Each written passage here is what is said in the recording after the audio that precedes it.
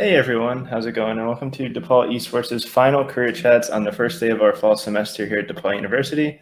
My name is Alex Rodriguez, and today I'm joined with Carlos Santizo, the Director of the Youth Programming at the Chicago Kicks Foundation. Carlos, thanks so much for joining us today. Oh, thanks for having me. It's a pleasure to be here and to chit chat about kind of what we're doing and how our two industries collide. For sure, and I absolutely love the soccer scarf you all set up there. Oh yeah, it's our Chicago Kicks rally scarf. So now more than ever, right? We need people to unite. We're looking to kind of bring people together and to rally with us, rally behind our mission, rally behind what we're doing. And so we've got these awesome Kicks scarves on sale, $5 now. So you can Awesome. find those over on our website at kicksrecreation.com. Good stuff. Thanks for letting us know that. So for anyone watching, definitely go check them out. If you have any questions or comments from me or Carlos, feel free to leave them. Be it on Twitch, be it on Facebook. We'll try to get to it ASAP. And yeah, let's get started. So Carlos, tell us a little bit about yourself and how you got involved in the sports industry. Well, I've been a sports fan all my life. I kind of grew up with a soccer ball and a baseball and football all at my fingertips. So I've been obsessed ever since. I kind of been growing up ever since I was a kid. I've participated in a lot of different park leagues and recreational leagues and club teams. So it's been something that's been in my life. My dad played soccer when he was growing up, so it's in my blood. And I've been a big White Sox fan my entire life. They're finally in first place after 12 years of not making the playoffs. We've got a 99% chance of making it. So. Um, when I was a junior in high school, I decided this is what I want to do. I want to be around in sports. Now, I wasn't the most athletically gifted, but I definitely have a passion for it. And so I went to school. I went to Bowling Green State University. I graduated with a sports management degree. And ever since then, I've been just trying to find ways to use it, right? Whether it's been doing camps, using my dad's knowledge of soccer and doing some goalkeeper camps in the neighborhoods, or working with the Chicago Bears. I've spent a couple of years working for them, and then now I find myself in the nonprofit sector, kind of putting together everything that I learned, wearing all the different hats for a youth sports program. And so it's been an awesome ride so far. So I've been able to kind of take my passion and then turn it into a career. So that's kind of what I think is in line with a lot of people in the gaming industry. A lot of synonyms or a lot of parallels between the two. Cool, that's awesome. And it's really cool to hear how you've kind of transitioned all over the place in the sports industry and kind of accumulated that all together. That's really awesome to hear. So I know you said that in high school you kind of decided you wanted to pursue it as a career. Was there like a moment that, maybe like something that changed that made you think, okay, you know what, this is a viable career that I could go and I could make this passion into like a lifelong career? Yeah, I mean, well, I was involved in high school sports, and growing up in the area that I grew up in, that was a huge deal as being in sports and hanging out with buddies that way. And so once I found a passion for it, I actually started coaching my junior year with my dad. And so that's where I saw myself kind of being able to still be a part of sports, whether that be a player or not. I think growing up, I wanted to be a baseball player, and so until that point, I noticed, well, maybe I don't have the skill sets to be a player, but I can definitely coach it and instill some passion and some wisdom. And I think that that's really when it was. When I started coaching, we started doing some small recreational goalkeeper practices, and when we started seeing the kids get better, I think that's when it hit me that I told myself, maybe I can do something with this. That's awesome. And that's just like a really awesome thing to hear. And it's really cool that like kind of seeing kids improve is kind of the motivation behind everything. Yeah, just the work ethic, right? The putting in that effort. And it's funny because I know we'll get to it, but as I've been learning about esports, I see that similarity, right, of kids kind of going into a game, maybe not knowing how to play it, or kind of just starting for the first time, and then seeing them progress through it, right? You see it in both both levels. And so that's definitely been something that's been inspirational and kind of motivational for us to keep going. Awesome. I definitely agree. So kind of now that you're in the nonprofit sector and you're focused on Chicago Kicks, could you tell us a little bit about them and what they do? Yeah, Chicago Kicks is a nonprofit organization. It started off in 2006. So our president and founder, Scott Hanlon, he moved to the South Side area and he had two young boys. Now, Scott grew up playing uh, recreational sports growing up. And so he wanted his kids to experience that same kind of experience with sports that he did. So he was looking around and he realized that on the south side of Chicago, there wasn't a lot of recreational sport programs that he can put his kids in. And so he started it himself. And he was going around, hanging flyers on trees and doing that kind of thing. And it started off with just 40 kids. Mm-hmm. Well, those 40 kids grew. And in 2014, Chicago Kicks became a 501c3 nonprofit. And before everything happened, we were upwards of serving 2,500 families Wow. a year with various different programs. We have programs for toddlers all the way through high school, through teamwork initiatives where we work with high school students who want to be mentors, coach, or if they want to learn how to referee, we help them get the referee license. And everything in between, from super recreational level programming to competitive and private league programming to even skill development.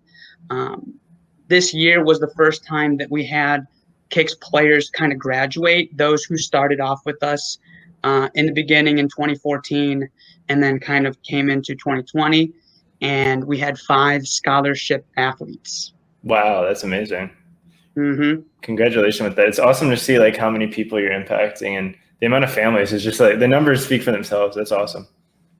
Yeah, and it's been an amazing experience of, as I mentioned, right, watching kids progress, watching kids get better. And in just my short time with the organization, I started off last January. I've already seen that, right, from kids who maybe started in toddlers when I first got going to seeing them now in a skills program where they're now trying to get better so that they can join the club teams that we're associated with.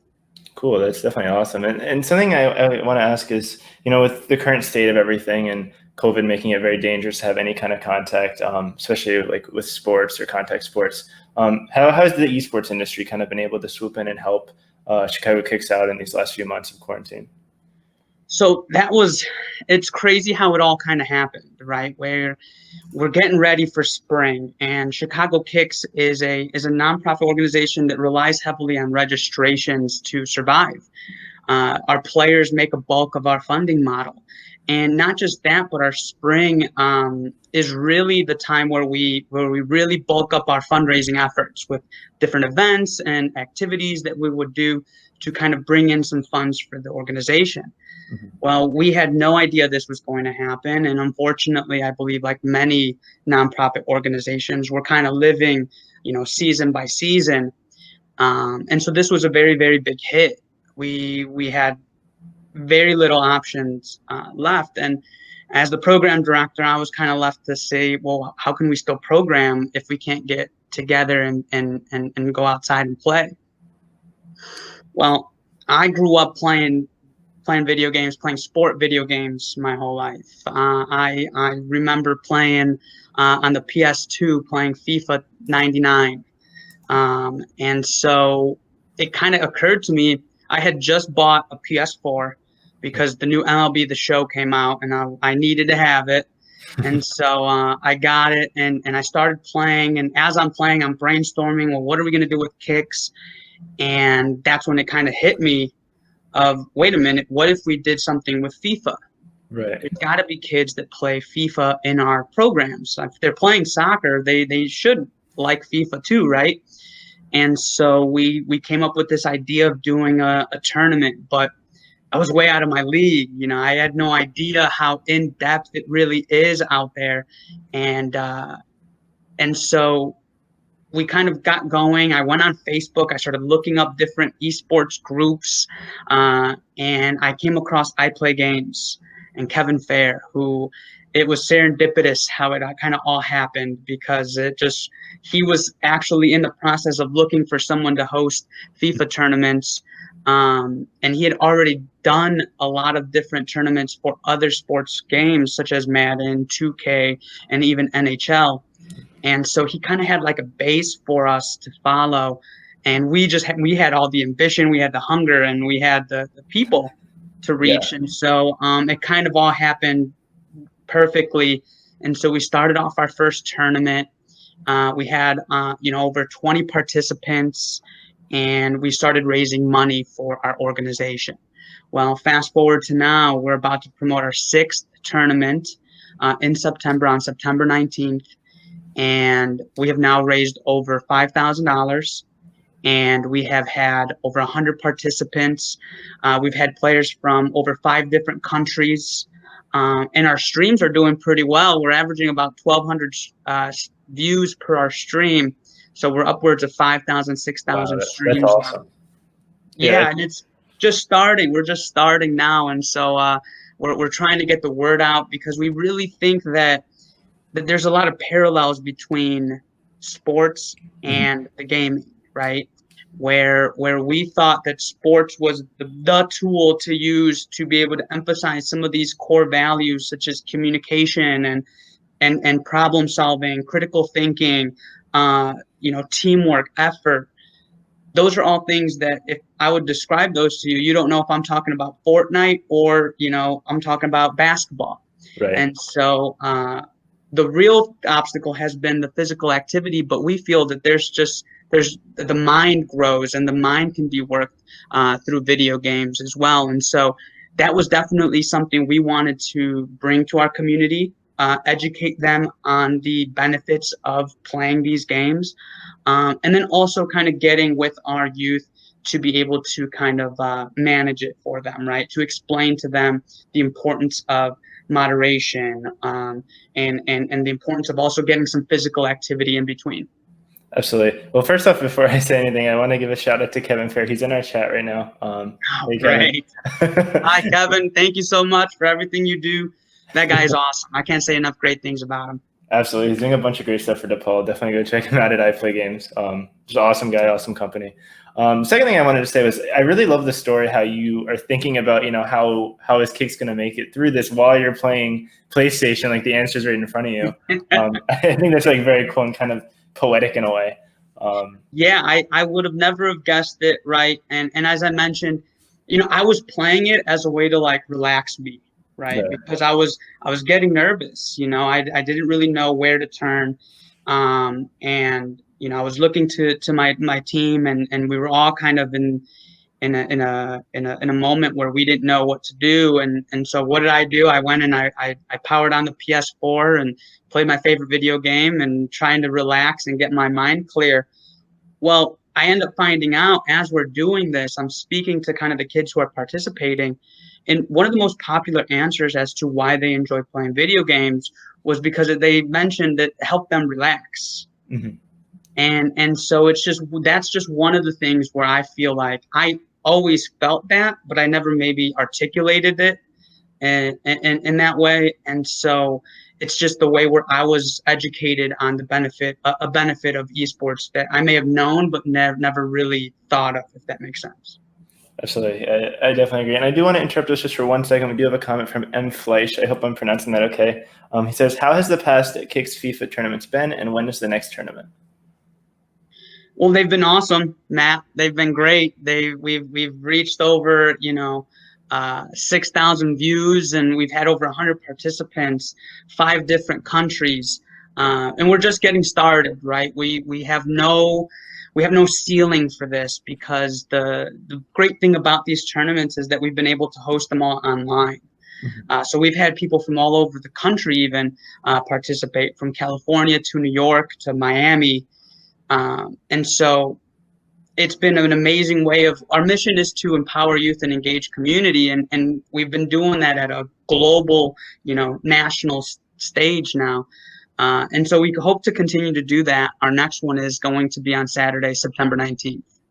Awesome. Definitely very exciting. And will it be streamed on iPlayGames as well? Yeah, it'll be streamed. We stream the semis and we stream the finals. I'm going to be going nuts over all of the goals that are going to be happening. And that's another thing that I never realized, Alex, was that how much fun it would be to watch these things, Yeah, right? they get wild. And you know, talk about things that were happening right in front of me. So as this pandemic was going on, I ran through all of the Netflix and Hulu shows I could think of, and I wasn't about to spend on Amazon Prime. I didn't need to give Jeff Bezos more of my money, and so I started going on YouTube and started just YouTubing different things. And I found myself. I mentioned how I was obsessed with getting MLB The Show, and didn't have a PS4 yet, and I didn't have the game yet, and so I started watching YouTube videos on it. And you know, it was kind of like a secret, like a guilty pleasure almost, right? Where I'm watching these YouTube videos of other people play MLB The Show just so that I can get a taste of it. And I got hooked. I would be watching those. I would have it on as background noise. I'd be doing work and having that on, and kind of getting some tips and tricks. Well, then after doing some research, I find that, you know, a vast majority of kids almost prefer that to the actual playing. They prefer watching the streams, and I got to realize how big streaming was, and how much of an industry in itself that is. And I remember speaking to a colleague of mine, another you know, old timer sports kind of head, and when I mentioned how a majority of kids love watching other people play video games, his response was, "Oh gosh." And then that's when it hit me too. It's like, well, yes, oh gosh, I get it in the traditional sense of like, oh no, kids aren't getting outside and playing, right? But at the same time, it's like, well, how are we not using what they like as a tool for us? And so how do we get into the video game and the streaming sector and have it be a positive thing, and have us be aware, and have us be able to control the narrative in a way, right? Where we're promoting health, we're promoting physical activity, we're promoting traditional sport. We're just doing it in a virtual setting. I agree. And I do think there's like this weird, I don't want to say misconception, but this weird like feeling for a lot of people where it's like watching someone else play a sport is fine. But then when you talk about like watching someone play video games, it's very weird. Yeah. I don't think so, but I definitely know a lot of people that have that same kind of ideology. It's just kind of interesting to see. Yeah, I've definitely gotten that feedback as well.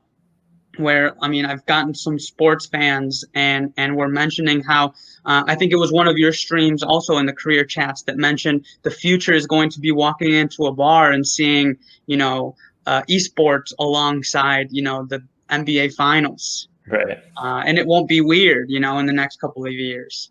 Yeah, I definitely agree with that completely. So kind of one thing you said a while ago is you said how, you know, when it comes to cognitive ability, team play, if you started saying all these things, you wouldn't know if it's like Fortnite or if it's soccer, you know. Video games do require like a lot of teamwork and cognitive ability and emotions and all sorts of other stuff that goes into it. Are there any way, like what would you say is like the biggest way that esports and traditional sports kind of contrast from each other? Well, the biggest contrast is the physical aspect of it, right? When we're playing, well, I guess unless you're doing the virtual reality or Wii Sports, traditionally when you're playing e-games, you're sitting down and you're stationary. That's where I think the biggest difference is. Right. You know, I guess in a team setting, I need in a team setting, you are together, whereas in an esports, you're still by yourself and you're on the microphone. But that's kind of where I would see the differences, you see, and I struggle, Alex, with even finding some good points for you, right? Yeah. Because I think that there's just so many similarities to it that the difference, I think, is just the physical. And once we're able to kind of get past that physical aspect of it, or how we can combine the physical with the esports, you know, I don't see a lot of difference. I agree. And I think definitely with like the mental resilience and, you know, the determination that has to go into it, there's definitely seen in both of them. So kind of going back to things, I remember how you had talked about how you kind of started looking into this and you kind of started developing how big streaming was and how big the esports industry was. Prior to that, were you aware of how big this industry was, where there's millions of people watching these world championships and everything like that? I've got to be honest. I think the first time it really hit me was when I found out the kid, 16-year-old, won millions of dollars on Fortnite. Right. And then that's when I was like, wait a minute, what is going on here? But before then, but I would be lying to say that it was never always a thing, right? Because as I mentioned, even growing up, I grew up in a generation where, where we were getting past the Atari and the Sega, and we were starting to get into, Nintendo 64. That was the first console I had. And, I remember going to family parties and being a part of that. And the first thing that we would do is play video games or hang out and play video games. And so it shocked me at how big it was and how similar it was to kind of how sports take over as an entertainment industry. Right. But at the same time, it's like looking back on it in hindsight, it's like, oh, okay, it was always really there. It just kind of like, I don't know, when I turned around, I think it was after, I would say around the mid 2000s, where I feel like it just kind of like skyrocketed. I agree. Into what the level of it is now, where, anywhere you turn, you're seeing some type of influence from gaming. No, I agree. It's definitely kind of taken off. I think especially in like the last few years, just kind of walking around Chicago and seeing like billboards for Twitch and certain video games. And it just always like kind of surprises me. But at the same time, like seeing the numbers that they're pulling, it shouldn't surprise me. Like seeing it in the mainstream, right? Absolutely. Yeah. Seeing Ninja go on like all sorts of talk shows and, go to the NBA. Yeah. Sitting courtside and things like that. Yeah, absolutely. So kind of with, the current events with COVID-19, kind of moving out of COVID-19. So for like the next 5-10 years, where do you see esports and sports kind of heading in relation to each other? Well, I'll go back. Another big confusion for me always was separating the gaming and esports and understanding and accepting that it's the same. Right. When we're talking about esports, it can be, it could be Fortnite, it could be 2K, it could be Minecraft, and we're talking about the same thing. What I see Chicago Kicks doing and Kicks Gaming is emphasizing sport, and within the next 5 years, finding a way where we can implement the video game portion of it and that experience, and how can it benefit the player and how can it benefit our mission, right? If we get to the more competitive level, it could be a way where we're practicing, different tactics or even like plays that we want to execute in the game, where we want to have a visual kind of a visual for it, right? Mm-hmm. In the more rec side of it, we were talking with different organizations such as the U.S. Soccer Foundation, who we're working closely with to try to get more girls involved. And one of the ideas that I had was, well, perhaps the physical part of it may be what is limiting girls from wanting to try to play soccer. Well, how can we do it in a way where we eliminate that physical kind of barrier? Right. And perhaps it could be esports, where we bring them in and allow them to play FIFA, allow them to play with the U.S. women's national team or with the other women's national teams that FIFA has on there, and introduce them to the game in that way. Maybe introduce them to some basic terminology, right? That they can then use, that when they hear, when they're out on the pitch or when they're watching it live on TV, they now can resonate with it because it's familiar to them, right? That's how I think esports can be used in our industry as a way to not just bring in players, but then also enhance them as they progress, as their fandom increases. Because Alex, that's how I became a sports fan, a diehard fan, if I'm going to be honest. That it was playing the sports video games. It was learning all the players' stats and learning all the players' names. It wasn't until Madden 2004 that I became an NFL football fan. Playing with Mike Vick and things like that. And so I think that's a way for us to be able to use esports in the future, and then also right now to motivate, to engage, to empower. So that's kind of where I see it going.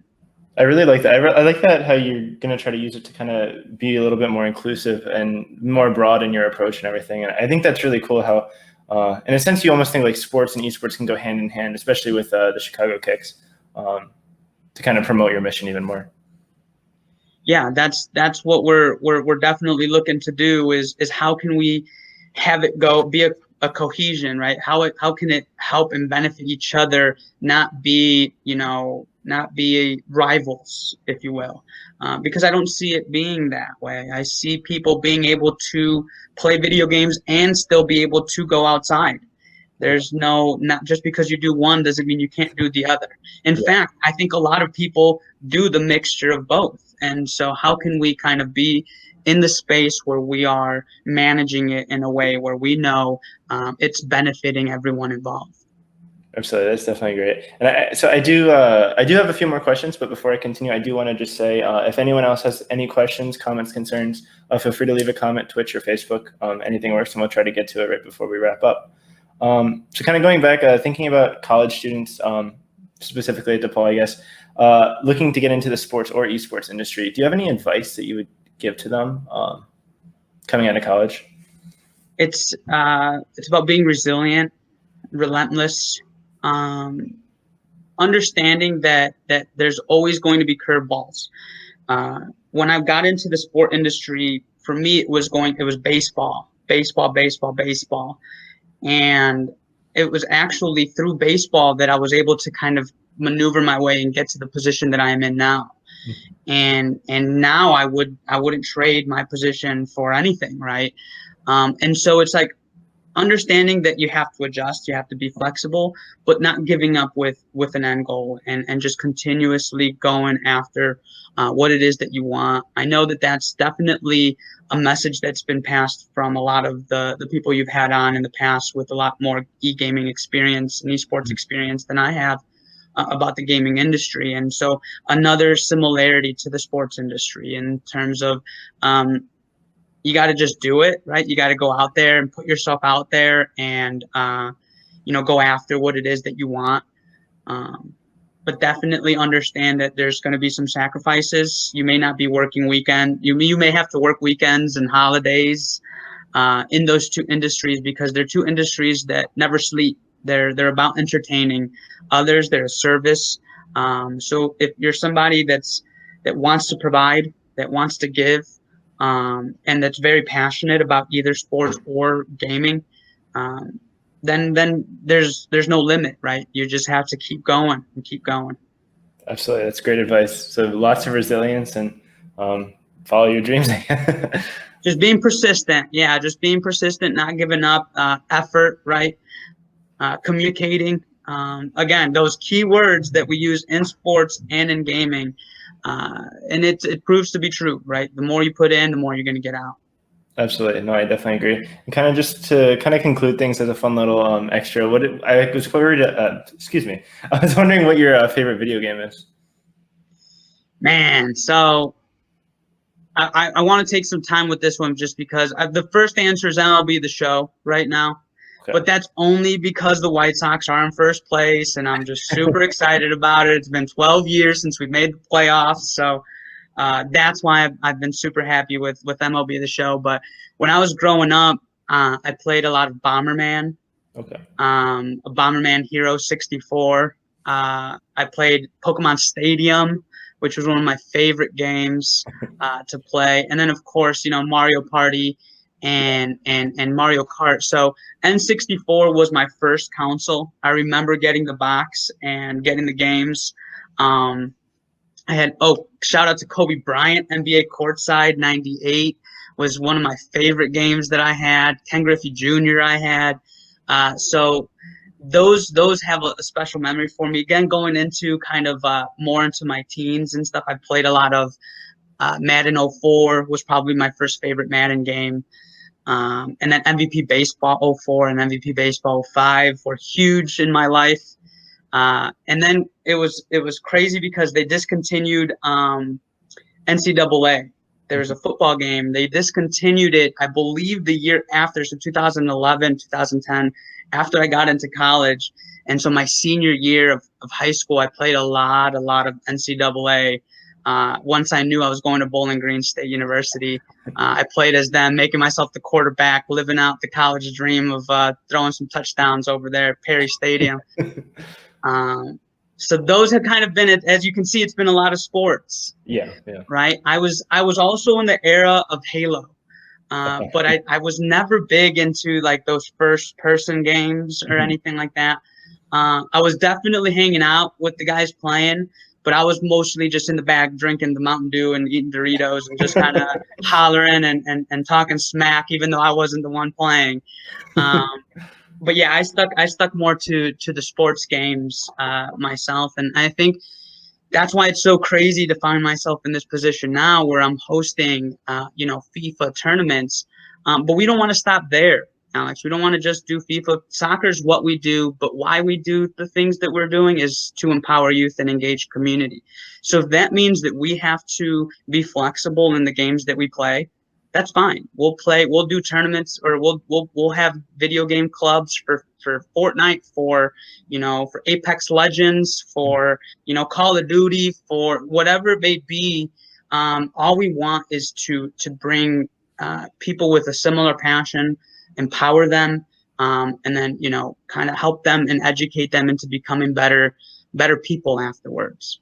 That's awesome. I love to hear that. It's really cool to hear that, you started with traditional sports and you kind of branched off to, virtual sports. And it's really cool to see that you still see like the value behind, games that kind of stem further away from traditional sports. So like shooters or fighter games or anything like that. Yeah, there's definitely, there's so much more to it, right? It's about passion. Right. I have a nephew, his name's Mateo, and he's super shy. He's 9 years old. He's 9 years old. Very, very shy kid. But when you start playing Fortnite around him and he starts seeing, he's playing, he's a completely different person. His whole personality, his demeanor changes. He's a lot more relaxed. He's into it.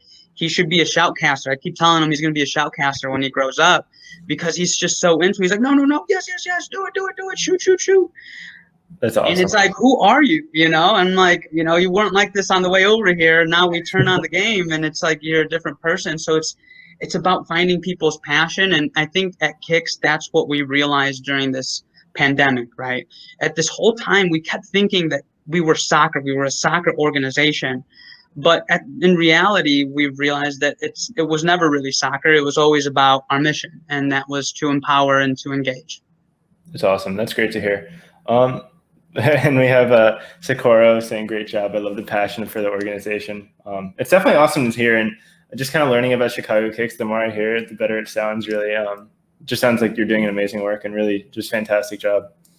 I really appreciate that. And, opportunities like this is what kind of helps us keep going. Because I always say the biggest thing with Chicago Kicks is just getting the word out.